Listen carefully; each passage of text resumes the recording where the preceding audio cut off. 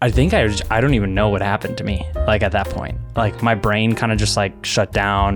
Not all insecurities go away when you're married. Y'all are going to put each other in a cage at some point, and that's just toxic. Everybody has a crush on him. I've just had too much. I've had too much of it, so now I'm creating new words. Seeing yourself as less, which is not healthy. Hey, and welcome to the Carpio Podcast. Ooh, wait. Hey, and welcome to the Carpio Corner Podcast. My name is Chris. And I'm Gloria. And today we're going to be talking about insecurity. And we're going to be jumping into a bunch of really good stuff. I mean, we got pretty real in this episode.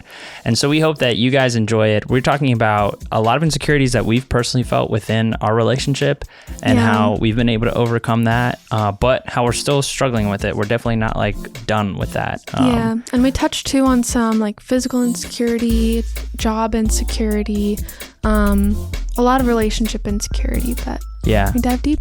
And also what it's like to just be a young adult in a world of old adults. So if those things sound interesting to you, make sure you stick around. All right, Glow. So today we are going to be talking about insecurity. That's a pretty heavy topic. It is a very heavy topic. Yeah. Be very vulnerable as well. I know. Like I was actually thinking about this mostly because I was recently talking with somebody else about different insecurities that they were going through, and then started like reminding me about all the insecurities that I've felt specifically in dating, but I also started thinking about like other insecurities that maybe I feel like in, you know, my place of work and stuff like that. And it was like a lot of processing. I was like, what was I feeling during that time? And like, how did I kind of come out of that? And if I were to be in a similar place of insecurity, how would I be able to overcome that again? You know? So that's kind of like where I'm coming at this from in terms of like why I want to talk about it this week. Yeah. But okay. What was that like for you? What was the preparation kind of like for you? Well, I ended up writing a lot more when I was preparing than I expected to. Yeah, you showed me. I didn't read it, but you showed me the page. Yeah, it's like 2 full pages of notes. I just started reflecting a lot because you had mentioned a few areas of insecurity. And so I just kind of started taking notes about like what my growth has been like through the similar securities, specifically being like physical, relational, and occupational insecurities, and where I am now through them. And then a little bit of like notes about what has helped. Yeah. And just like advice for people who might be experiencing similar insecurities. But I still like experience some of them. So I'm working through it myself, which is why it feels vulnerable to share. But I think it's really good for people to talk about. Yeah. I mean, definitely like the things that we're going to talk about today are by no means things that we've like totally overcome. And now we no longer ever feel insecure. Definitely not. You know? Yeah. I think that's part of the challenge is coming to the table. So I'll just like start off. Basically, I'm going to start off with the memory that came into my mind while I was talking to one of our friends about insecurity, and it was when we were dating. It was crazy to me because I acted in a way that I don't think I've acted like since. I don't think so either, really. And I don't think I had acted that way. Not outwardly, at least. Yeah. Well, yeah. I hadn't acted that way even prior to that moment. It was kind of like just suddenly overwhelmed by a feeling of insecurity, a feeling of uncertainty, just like not having clear answers, I think. Even though I did have answers, basically what happened, I'm going to walk you through the memory. Okay.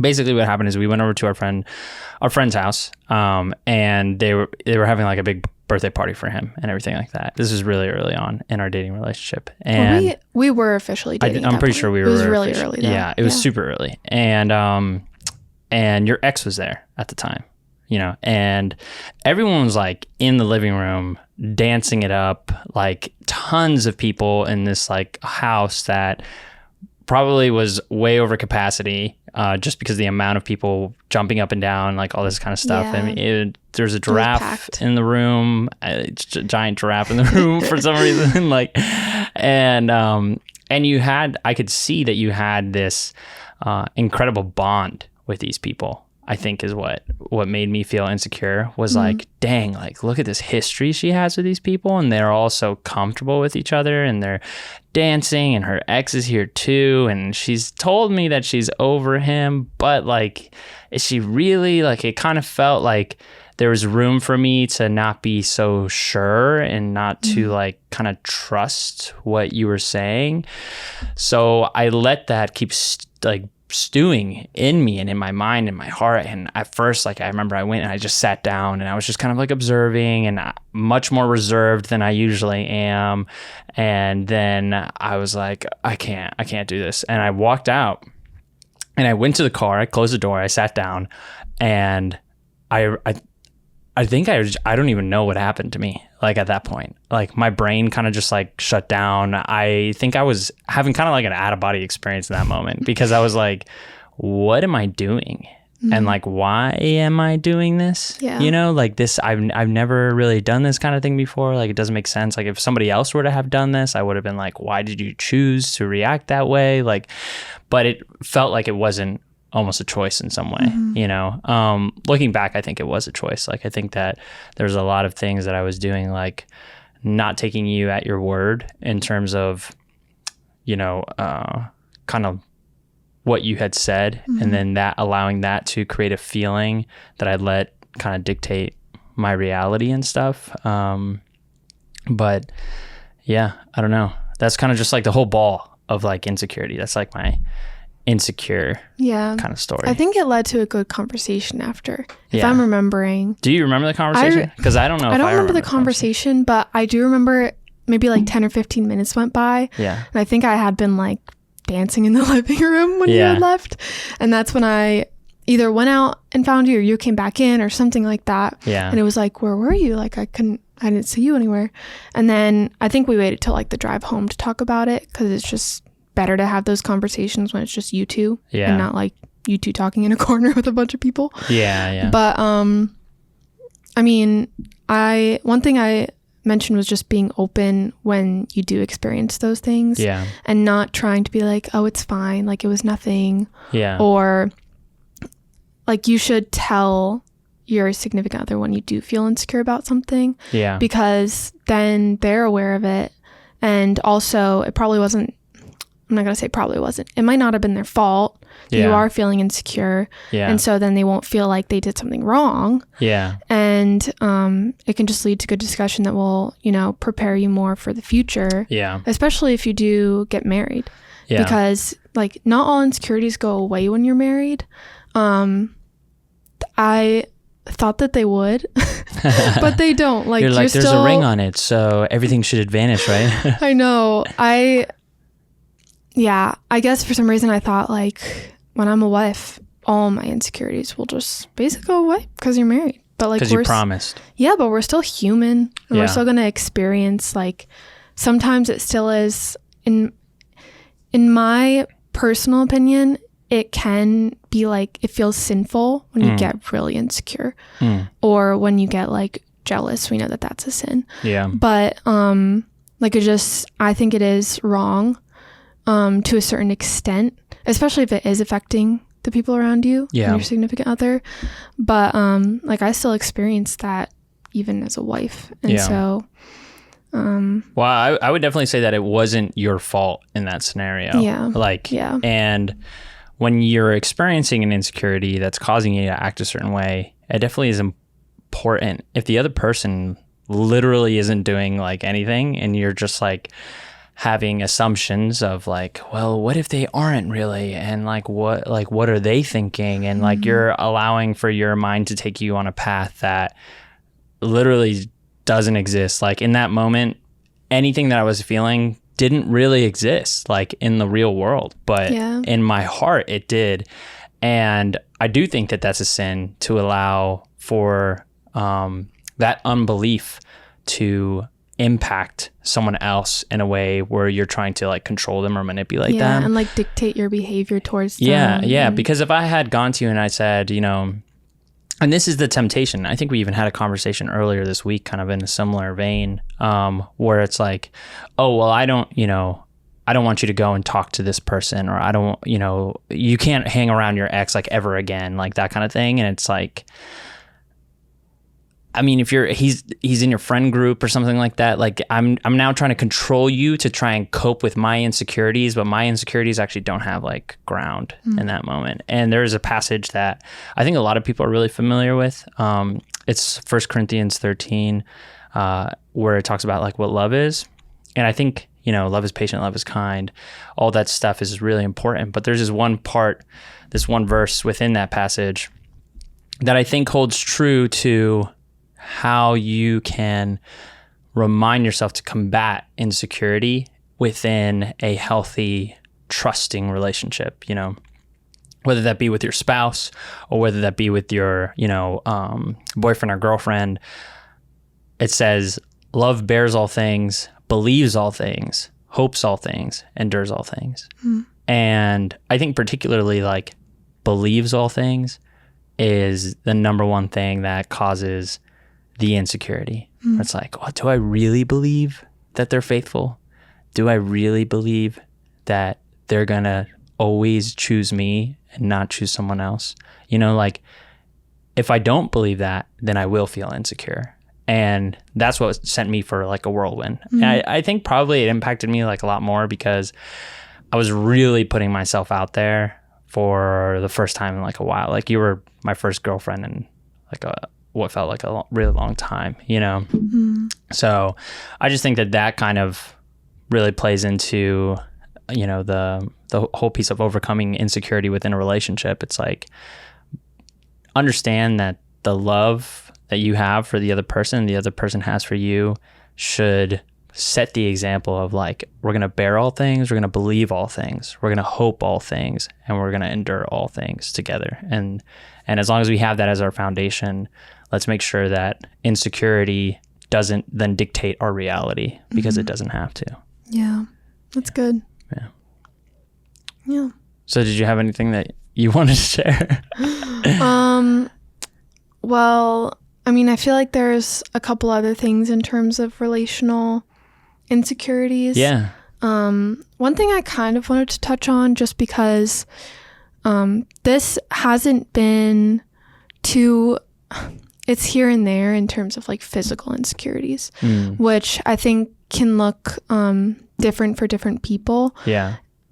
I don't know if there's one person out there that just has zero physical insecurities. Yeah.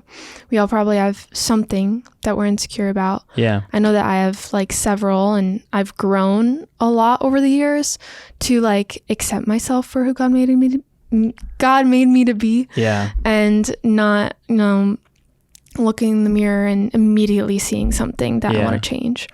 Like it's like that doesn't happen anymore. And it took a lot of time and growth.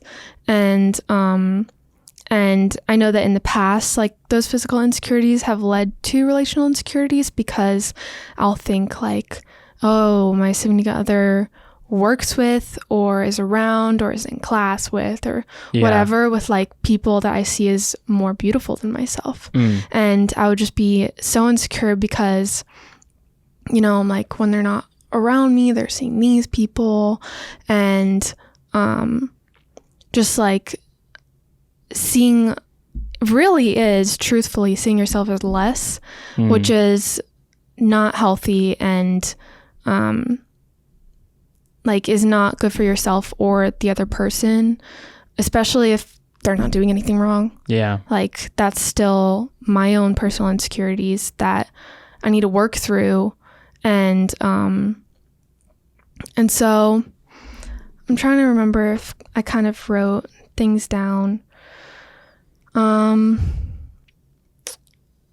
was just kind of writing like things that kind of helped me through that time. Yeah. Which really ultimately it was like God and his word, and like remembering that he made me like this, and like Psalm 139 comes up all the time. Like he knit me together in my mother's womb. And I think there's room for healthy change, like if we're getting personal, it's like skincare and, working out. Those are great things that I've been doing in terms of just like wanting to get healthier, but it's not from a place of like rooted seeing myself less than, or like thinking God made me in a way where I don't like it, I need to change myself. Like it can take a lot of time because it's a slow process.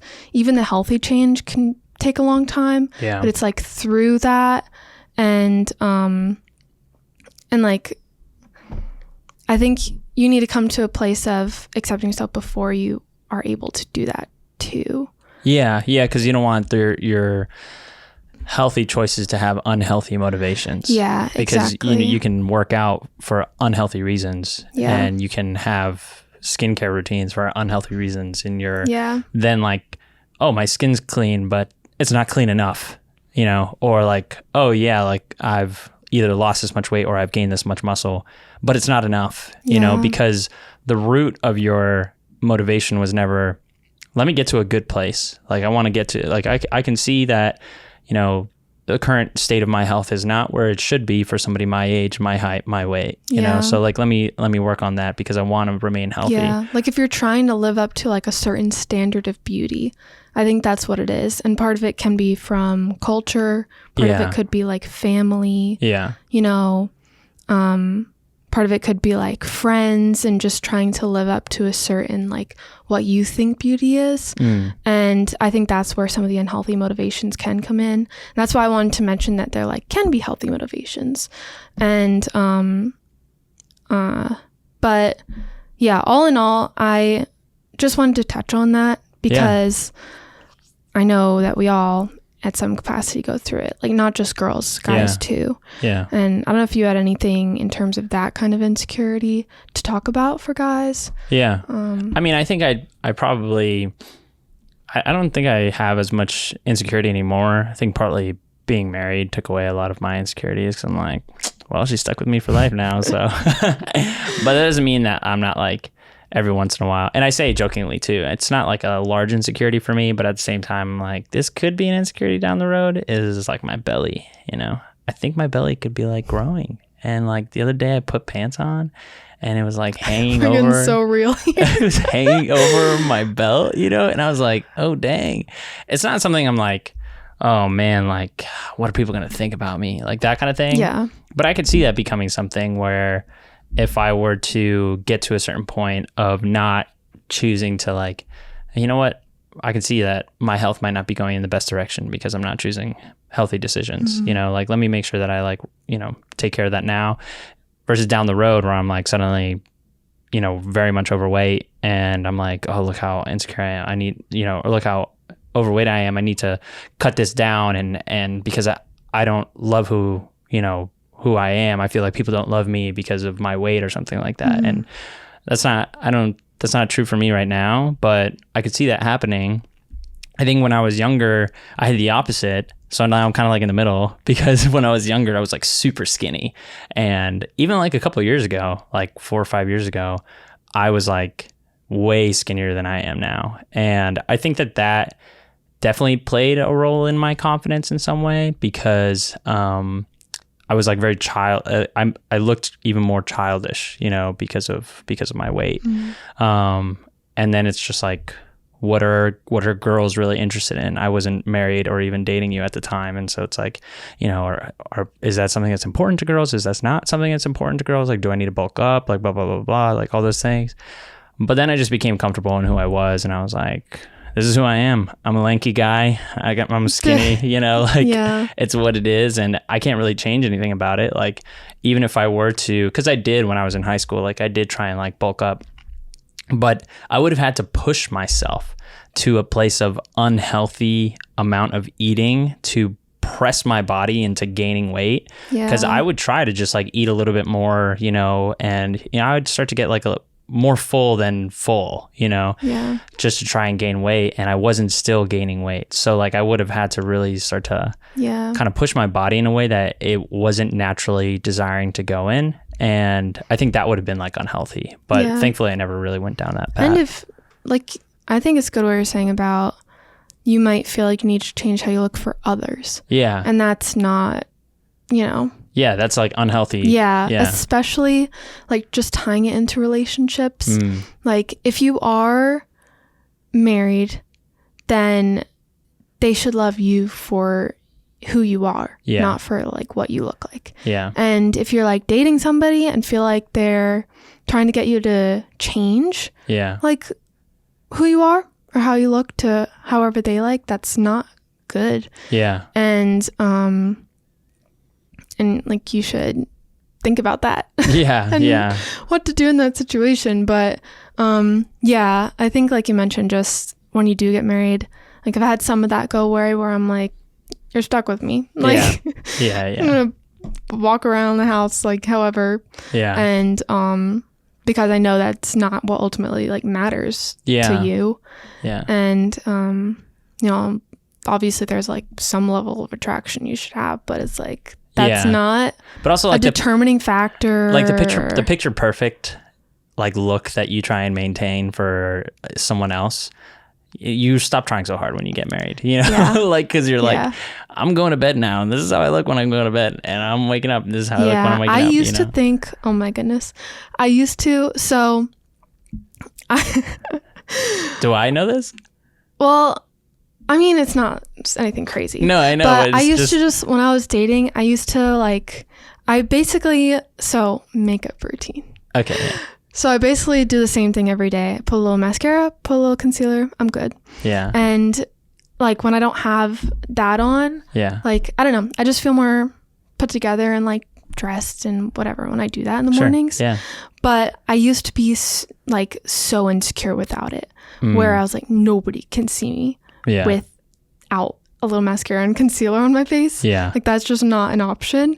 And so I would think that when I'm married, like when he gets in bed, I'll go and take it off. Whoa. When I wake up in the morning, I'll get up first and I'll put it on. Yeah, like because I was like first. Thinking that, right. I was just thinking like, even my husband, like, just nobody can see me without this stuff on. Whoa. What? Like, who did I think that like, what? I don't know. Yeah. It's just ridiculous. And you just get to a point where that's just not how it's going to be. It's not. Yeah. And also, that doesn't matter. Yeah. Like, you're going to love me when I don't have my mascara and concealer on. It's... Yeah. Yeah. So anyways, that was just a funny thing that, like, I used to think. Yeah. No, but, I think, too, like, kind of going a little bit on what you were saying about, like, if somebody else is trying to change you, there's two ways to that street, you know. There's like one way where someone can try and change you and create insecurities within you because of that change. I've been in a relationship where that was like a two-way street, you know, where like I was causing new insecurities in another person, the other person was causing new insecurities within me. That's like, first of all, y'all are going to put each other in a cage at some point, and that's just toxic, you know. And you have to either learn how to overcome those things, or you have to like step away from that relationship. Obviously, if you're married, don't step away from that relationship. Like go to counseling and stuff like that. But the other aspect is like your insecurities create control over like another person. And if you find yourself like having to constantly dictate another person's actions in order just to cope with your insecurities, figure that out, you know, like figure out what's causing your insecurity, write down the reasons why your insecurity is actually true, and then write down why it's actually not true. Like really confront that as much as you can, because ultimately like you don't want to lose the other person. I think of it as like That's So Raven effect, you know, where if for those of you who don't know, there used to be this TV show, I think it was on Nickelodeon, or is it Disney? It was Disney, where Raven Simone would come on and she would like see a vision, and it would go like into her eye, you know, and she would like see these things in the future happening. Like maybe I was going to go spill milkshake on like Gloria's t-shirt or something like that. And then she'd be like, I have to figure out a way to stop this from happening. Otherwise it's going to be the most embarrassing thing in the world. And so she'd like do all these different things to try and control the future. And what she'd find is that she actually made the event occur by trying to stop the event from happening.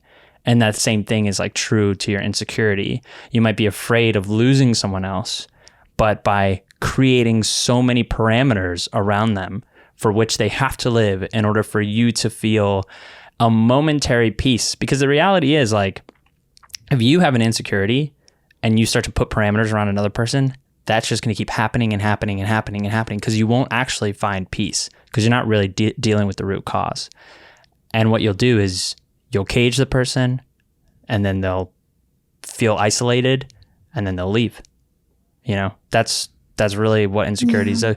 That, or you'll just lose who the person is. Yeah. The person that you started dating is not that person anymore. You've just changed them completely, and like, you don't want that to take root in your relationship. So that's why I feel like it's good to voice your insecurities, because like reassurance is healthy in relationships. It's like, I think, if you're constantly asking for it, then like maybe you need to find a different way to what am I trying to communicate? Yeah, or like a different way to just figure out that insecurity a different way than reassurance. Yeah. That's what I'm trying to say. I kind of feel like there's like a difference between communicating an insecurity for the purpose of processing it and coming to an understanding and then resolving the root cause of it. And then there's, communicating an insecurity of like, oh, like I'm so ugly. And then Gloria's like, no, you're so handsome, Chris. You're so handsome. And I'm like, okay, cool. I'm cool for now. Like 5 minutes later. Yeah, and then 5 minutes later, I'm like, oh, I'm so ugly. And then Gloria's like, oh, no, Chris, you're so handsome. Then that's not really like dealing with the issue. And at that point, again, you're not dealing with that in like a healthy way. So like airing out your insecurity in terms of saying like, hey, I was feeling kind of insecure about this earlier this week. What do you think about that? And the person says, oh, I didn't really see that. That was never my intention, for you to feel that way. And this is actually what I was thinking during that scenario. And then the person who voiced the insecurity says like, oh, I see how maybe you thought that was your intention, or how that was your intention, but like, this is how I perceived it. And it was a kind of challenging thing for me, but I'm glad to know that your mind wasn't where I thought it was. And then you have to believe all things. You have to believe the other person's intentions. Yeah. Which is going to be hard. Like what we're talking about here is not easy. And again, it's not something that we've like overcome in ourselves. Like this is something that we're constantly processing through ourselves. So yeah. Totally. Did you want to talk about another aspect of insecurity or? Like before occupational or?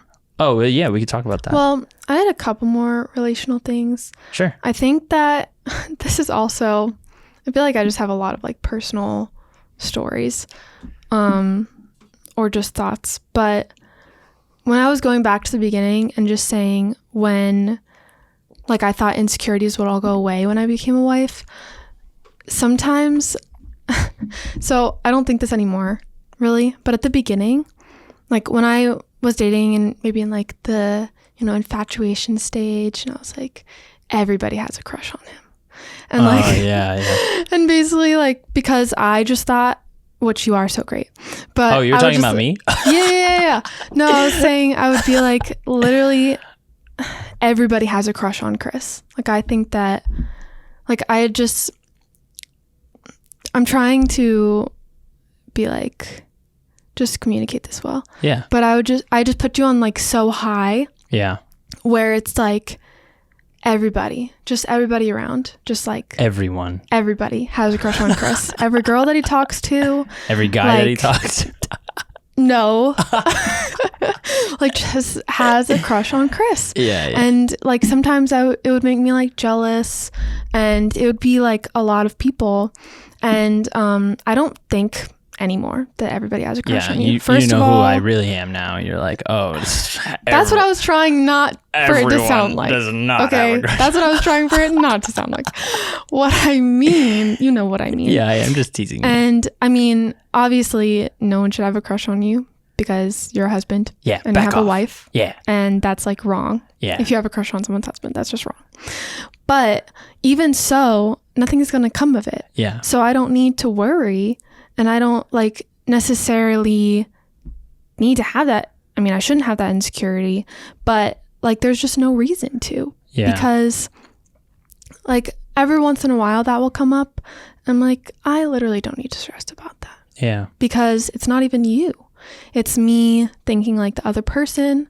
And I know in the past, like that has, like maybe I have acted out not acted out, but just acted towards you in a way where it's like just from frustration or jealousy that I was feeling because I thought maybe someone else like was interested or something. Yeah. And I'm like, that's just la la la. That's just one of those moments where it's like you know, I wrote like, don't take your insecurity out on your partner. Yeah. Because that's just not, it's not okay. There's no reason for it. Yeah. There's like, you don't need to stress about it and it's not okay. Yeah. And that's just something I feel like we've reminded each other about, and was just good to bring up for, you know, especially like the married ones listening. Yeah. Even like newly married, you know. Yeah. And then we were talking a little about something yesterday. Are you going to remind me what it was? Well, it was just another, I feel like I'm just talking so much, but that's good. I know. Everyone's probably like, whoa, Gloria. It's just because I feel like it's really good to talk and hear about people's like struggles and vulnerabilities. But we were talking about yesterday how when your significant other might be more extroverted than you.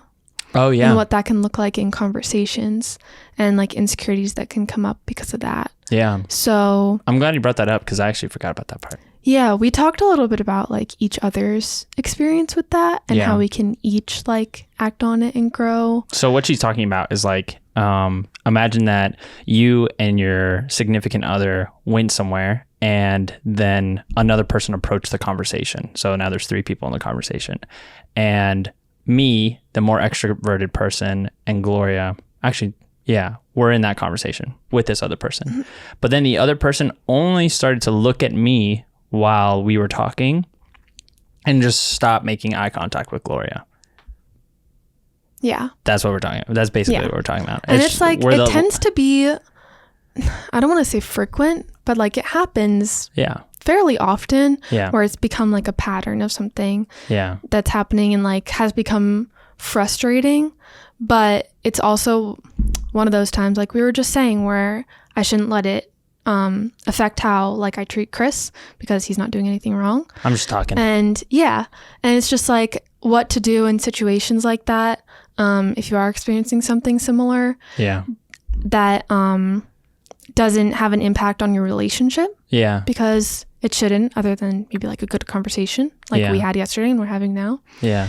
And but so I'm just thinking of kind of what the steps were for both of us. I think it was basically like, so I'm the more extroverted out of the 2 of us. So if I enter into a conversation and Gloria is having a one-on-one with someone else, and you know, whether it's a guy or a girl, and I come up to her to join the conversation, I should come up alongside her, like literally like grab, like put my arm around her and then enter the conversation. If obviously the conversation permits it. I'm not going to barge in on like a actual one-on-one conversation, but like if the conversation permits it, then I like walk over and I start talking with her alongside her, so that whoever is talking with us is looking in both of our directions and talking to us collectively. Yeah, and talking to us collectively. And it doesn't feel like a different one-on-one conversation that I need to step out of. Yeah, exactly. Yeah. And then for you, it was, or for the more like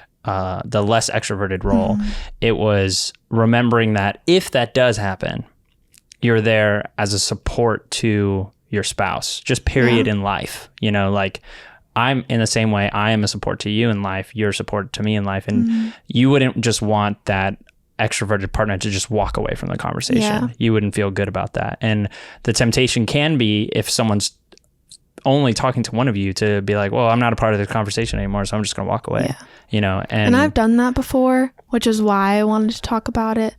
It's just like, if I don't feel acknowledged and the person hasn't looked at me for like 10 minutes, I'm like, am of no use here. Like, I'm not acknowledged anymore. I'm just going to say like, I'm going to go over here now, kind of just walk away. Yeah. And that's not good to do, because the fact is, one, you are still part of the conversation, even if, you know, it might not feel like it, or the other person doesn't think so, you can still think so, and you can be there. And like don't shy away from still joining in. So if 10 minutes goes by and you haven't said anything because you feel like you're not really there, just step in again. Yeah. And like you said, I think it's good to like, you know, grab your partner's hand, put your arm around them. Yeah. Be like, we're still one, we're still in this together, and acknowledge each other at least. And maybe, you know, it'll be just kind of an action for the other person too. And yeah, I just don't know how unique the situation is to us, but I'm sure like it happens. There are so many couples that are like one more extroverted than the other. So, Yeah. you know, regardless, I think the principle can still translate into different situations too, you Yeah. know? So, yeah. But I'm glad you brought that up because that was like I think a really good one to talk about. Yeah. It's like one of those scenarios where I feel like I have expectations of myself in conversations where I like purposely all the time try to acknowledge both parties, but like that's just not everyone's cognizant of that or ill-intentioned when they don't do that. Yeah. So I can't set that expectation for everybody. Yeah. Because, you know, if they did that and they're like heard this, Yeah. they'd be like, oh, I didn't even realize that I might be doing that. Yeah. You know? So once again, it's like you really have no one to be upset with. Yeah. You can just do what you can to be cool, Yeah. be there, and Or you can go to the other person and you can be like, you look at me right now. Look at me. well, yeah, or you can just stare at them until they look at you. Make your eyes super wide. Yeah. And be like, hello, can I make eye contact Definitely with you? haven't done that before. Wow, that was probably really scary if you did that.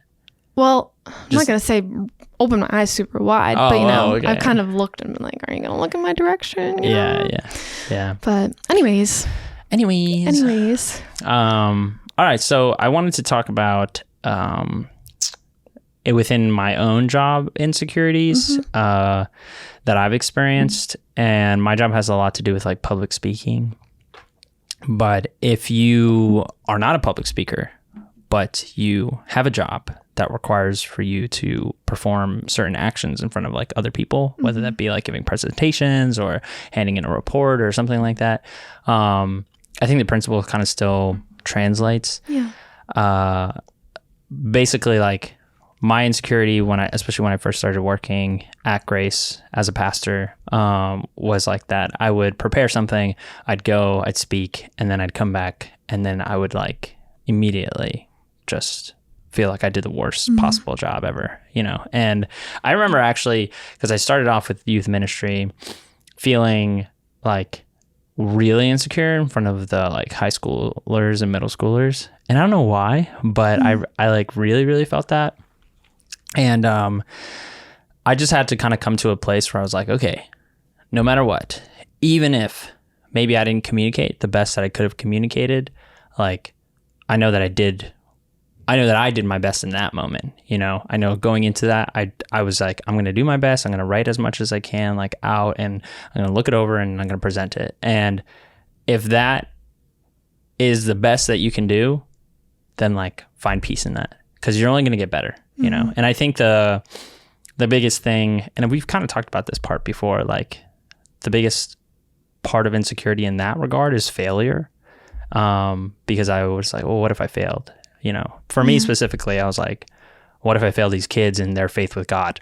You know, where it's like, I'm helping to shape how they see God, and I want it to be like the true God, you know, and his actual love for them. And I don't want them to come out of high school saying like, well, no one ever challenged me to make my faith my own, or like, you know, no one really taught me how to like live my life out for Christ, you know? And so I had a lot of fear that that's how these kids would like kind of come out and stuff. But what I had to come to realize is like that God is faithful to work through like our best efforts. And I think no matter what occupation you're in, like know that God is faithful to work through your best efforts. Like as long as you're giving your very best, then don't feel like insecure about what that result might be, because whatever that result might be, it might seem like failure, but every like failure is like an opportunity, you know, for growth. Even if you were to get fired, you know, like even if you were to get fired from your job because you wrote a report and it was like not what they wanted, you did your best. And now you know for the future, like, okay,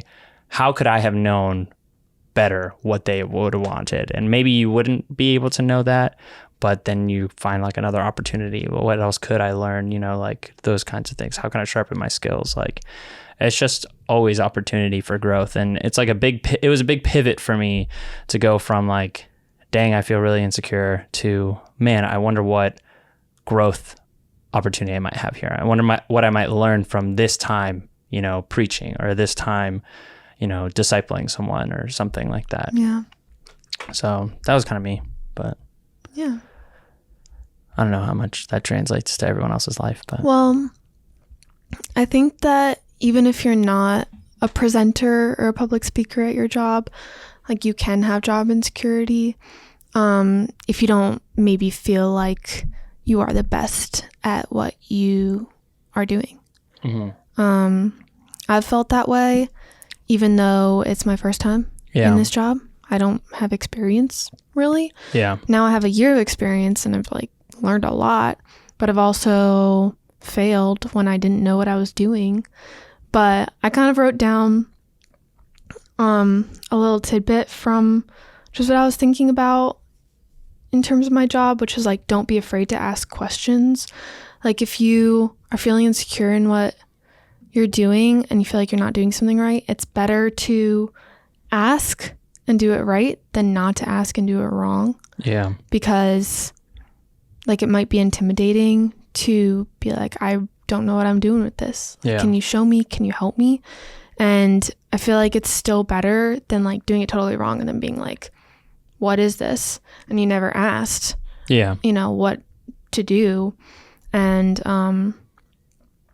yeah, I've experienced that a couple times of like, you just gotta take that courage and ask about it, and you'll feel more confident after in your job if you're feeling insecure in a certain area. And you also like won't know how to do everything right away.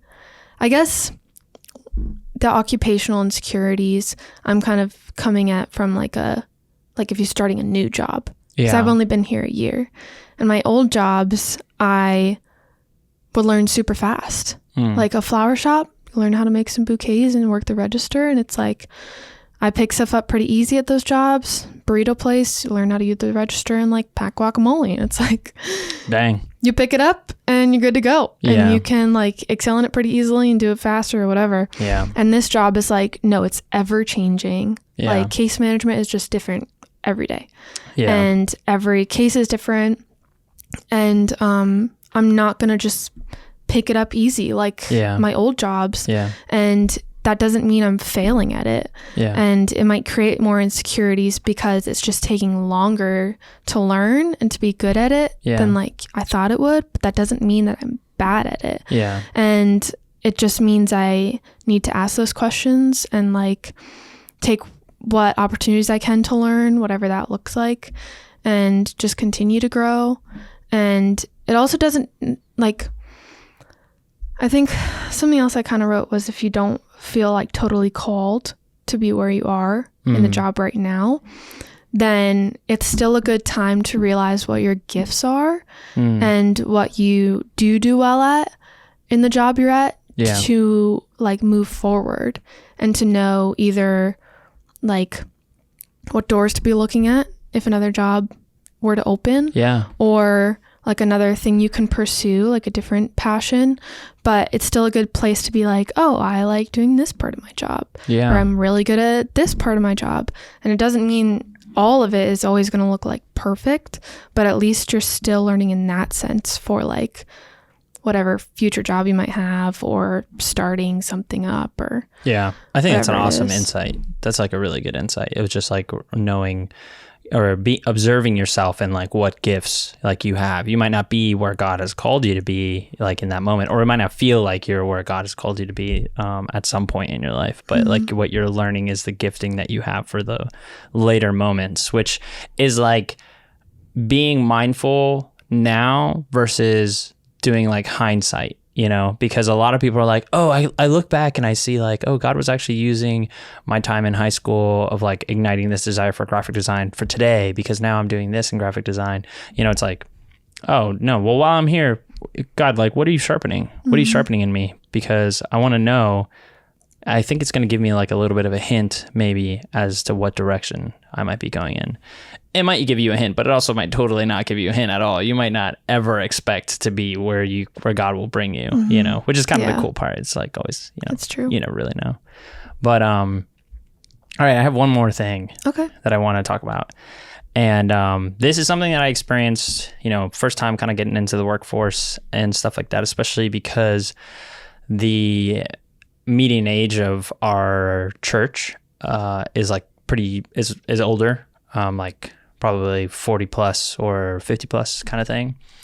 So it was basically like insecurity around older adults, something that I like dealt with, especially being a youth pastor at first, and like parents coming in the room and they're like, well, so where's the adult, you know? And I'm like, oh, that's me, you know, like, and kind of like learning how to overcome that. I specifically remember a story that made me feel good when I was in Florida, like a couple of years, I mean, like maybe 4 or 5 years ago or something like that. Everything happens 4 or 5 years ago. And there is no time in my head. Yeah. And I was in Florida and I was in that Oxford place that I brought you. Remember that place? Yeah. Yeah. Yeah. Coffee shop. Yeah. And Tampa, Miami. Yeah. No, Tampa. Yeah. And I was sitting down with my coworker, and then this guy comes up to the table. He starts talking to us, and he's just like, I think he asks like, how old am I? And I tell him, I'm like, I think I was 22 or something like that at the time. He was like, oh, dang, I thought you were a lot older than that. Like, you carry yourself like you're much older. And I was like, You're like, you know, I carry myself like I'm older, and you thought I was older. Yeah. And so by not like allowing myself to live in my insecurity of, oh man, people probably look down on me because I'm young, or like people think I'm young because of the way I look or something like that. Like by just being like, hey, this is who I am. Like genuinely, this is who I am. And this is like my maturity level and stuff like that. Like rather than allowing for fear to be like, excuse me, sir, you know, like I could just be like, hey, excuse me. Like I just blah, blah, blah, blah, blah, you know, like not basically 1 Timothy 4:12, you know, it's just like, let no one despise you for your youth, but set the believers an example in speech and conduct and love and faith and purity. It's like, just be the example, you know, and don't enter a room and think you're the smallest person in that room. Yeah. Because you're not. And it's really hard when you first come out of college. It's really hard even while you're in college, but you're an adult, you know, act like an adult. And don't let people look down on you for being like 30 years older than you. Yeah. You can still bring something to the table. Yeah. But that was really hard for me to kind of overcome. And like sometimes it's weird because you can tell people do want to push that insecurity onto you by trying to like flex their age on you. But don't let that happen. You know, obviously respect people, period. But like if you're the authority in that situation, then like own that too. You know, like somebody comes in and they're like, hey, we need to use this gym right now or something like that, and I'm the one who lets them in the gym or not in the gym. Just because you're 40 years older than me doesn't mean that I'm just gonna be like, oh yeah, go ahead. It's like, no, sorry sir, you can't come in here, blah, blah, blah. You know, like, and like I'm saying age doesn't have to equal like confidence in what you're doing or who you are. Definitely. Yeah. Just like own it. Yeah, own it. That reminds me of the first thought that came to mind yesterday when you mentioned doing like insecurity. Yeah. Is I always kind of lived into like a shy kind of label, or like not living into how other people might label you too. Yeah. I think is kind of what I'm thinking of based off what you're talking about. Yeah. Which was a good example of that. It's like, oh, you're young. Like you don't need to live into like, I'm young, so I'm gonna live how I think like young people behave or whatever. And mine was like shyness. Like I was labeled as shy or quiet or soft spoken, which I mean I am soft spoken, but I also am not like always a shy person. Yeah. And I don't even think of myself as that, but I was like labeled that throughout school. Yeah. And you know, just all the time by different people. And so I would live into that. And I've like started to realize that I still sometimes label myself as that in like groups of people or like around new people. And I have to like remind myself that Like if I want to talk, I can talk, and I don't need to be like, oh wait, I'm shy. Like I need to, like I can speak in conversations even if I'm not like spoken to. Yeah. You know, that used to be a thing. Like I can still talk, and it's weird to say, but it's just something that, you know, I like didn't need to live into this, like I'm known as shy in these groups. No, like I can be myself, and I'm more myself when I'm a little more like introducing myself to people, just going through the awkward small talk, no matter how it feels. Like just, I don't need, like, don't live into the labels that you feel like people are putting on you. Yeah. You know? Yeah. Yeah. No, 100%. Yeah. So guess what? We're in the deep end. We're in the deep end of the pool. And guess what else? What? We didn't talk about what we were drinking. Well, I guess we can flip it around today. I wonder if anybody noticed that. I wonder too. Maybe. They might have noticed the drinks and been if like, you were what is listening that? and you were waiting for us to bring up our drinks, let us know. Just let us know. Wherever you're listening. If you're on YouTube, throw it in the comments. I'm in shock. I'm in shock. I actually noticed it in the first couple minutes. Really? Yeah. You didn't say anything? But I didn't say anything. I wanted to see if you noticed. We dived right in. We dove right in. Well. So I'll tell you what I'm drinking right now. Okay. I am drinking the Green Edition Red Bull Dragon Fruit, which was artificially flavored, and it vitalizes. Is that how you say it? Yeah, body and mind. Mm-hmm. Yeah. It what? It vitalizes body and mind. I said vitalicizes. I thought you said like italicizes. That's like italicize and vitalize. Yeah. In one word. I just thought you meant the words were italicized. I've just had too much. Funny. I've had too much of it. So now I'm creating new words. I know. I feel like you kind of talked fast. I've opened my It's probably because you're drinking that and I'm drinking espresso. I'm just kidding. I don't believe in that. Yeah. So espresso and cream by Starbucks and Red Bull just made for a fast talking episode. But it wasn't a short episode. No, we got through a lot. So make sure you like and subscribe. Like and subscribe. Give us a follow. Leave us a rating. We are a fast-growing podcast, and we're glad that you guys are here on that journey with us. Yeah. We're growing a community. This week, we hit over 1,000 plays. Yes. On Spotify that should alone. Be our deep end thing. Yes. I mean, it's a huge deal. Cool. We're super stoked for it, and it's only because of you guys that we're able to do that. And we also want to know if you are interested on Instagram in our hoodies and t-shirts. Yes. Because we can do some more drops, and as long as people want to buy them. And I'm going to plant that seed right here. I'm just going to go ahead and say at some point we are going to be doing a live event where we're going to invite you all to come and do something with us. And it's going to be a ton of fun. TBD. We're still talking about it. Yeah. But it's going to be great. Yeah, so totally. Keep an eye out for it. All right, peace. Bye.